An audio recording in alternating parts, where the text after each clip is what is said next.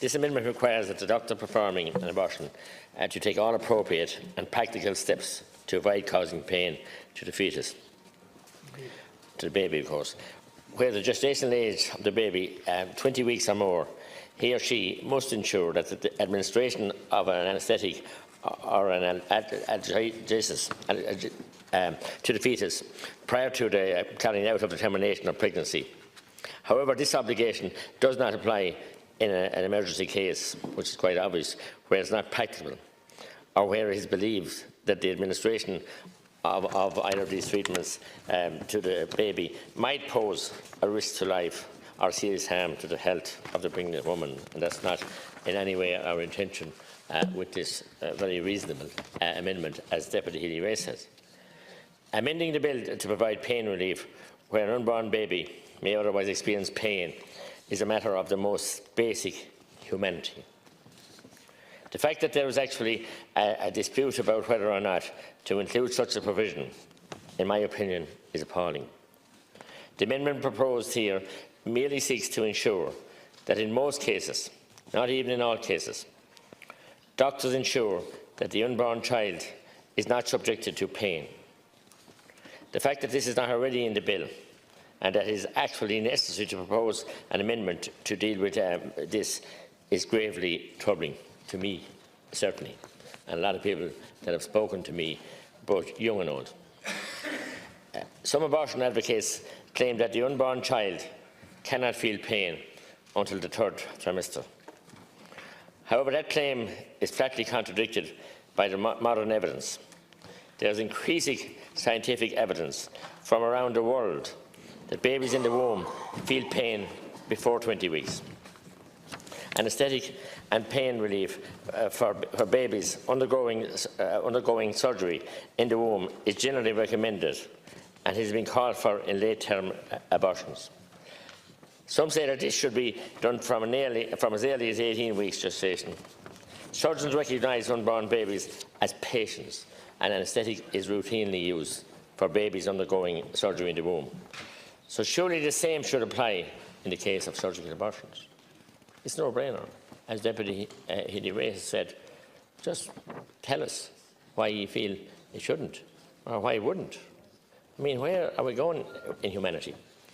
It would be horrific and unnecessary for unborn children to suffer needlessly during an abortion.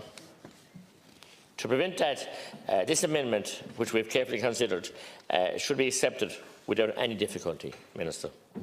Any difficulty. It is clearly the duty of compassionate and humane doctors to act on the precautionary principle of prevention of pain where there is a risk that it may be experienced. I'm sure that's the way, under the Hippocratic Oath, that all doctors, I imagine, operate on a daily basis in a wide range of ailments or when the patients present with any issue, whether young or old, from the cradle to the grave.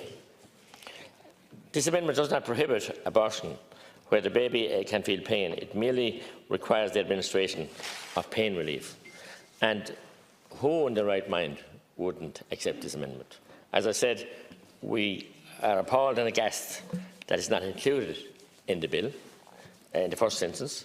Appalled and aghast are mild words, actually, and we feel that it's totally necessary, and we feel we're appealing for support from everyone and none, any member that would think like us, but many people, as I said, of all nominees, and indeed people who voted yes in the referendum, have contacted me and others, colleagues that have signed this, and I'm sure contacted many of you members as well, appealing for this.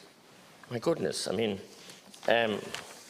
we're getting emails on an hourly basis daily from anti-fur farming, anti-hair coursing, and indeed there was opposition to the bill today and passing of funding for the horse and greyhound industry. And people are right if they feel like that.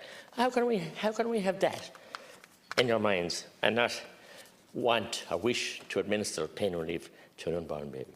I cannot get that through to my thought process. It's unimaginable. I just can't. And anyone I've spoken to ask, they just shake their head. And the people that have come to me and appealed, and you've all got the emails as well as me, the thought process is just unthinkable. As I said, doctors routinely do this, and surgeons on a minutely basis, an hourly basis, all the time in any other procedures. And why would they refuse to do this for an unborn baby before it's going to be killed?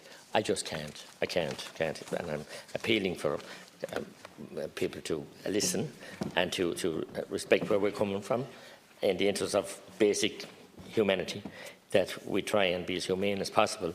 And it's all our amendments, in fact, and there are not many in the overall scale of the bill. We're not delaying it unnecessarily. 16 in total, same as committee stage. We can't be accused or not accused. We listen to the people's vote, certainly. But certainly I don't believe that very few people voted for a baby to be destroyed in the womb without administering pain relief. I don't believe a handful. I couldn't generalise, I suppose. I can't believe that people would vote for that. And that's why we're here with these amendments. And I know I don't want to be repetitious, but for the sake of anybody watching, we're not delaying the bill. We're doing what we're elected to with any legislation, to come in, get the bill with no pre-led scrutiny, Minister. You waived that, which is a very valuable tool, has been independently reviewed for that recently. And we're trying to deal with it, place amendments as we did, without to be scoffed at and stormed at and laughing from your side of the House. It's a very serious, or the most serious issue, I suppose, that I'll ever in this House do. And if I'm never again here in this House after the next election, I'd be happy. As I said last night, I'd be happy to leave it to history to evaluate and see what we were about here. Not anti-woman, not anti-child, and we're pro-humanity. We're not good.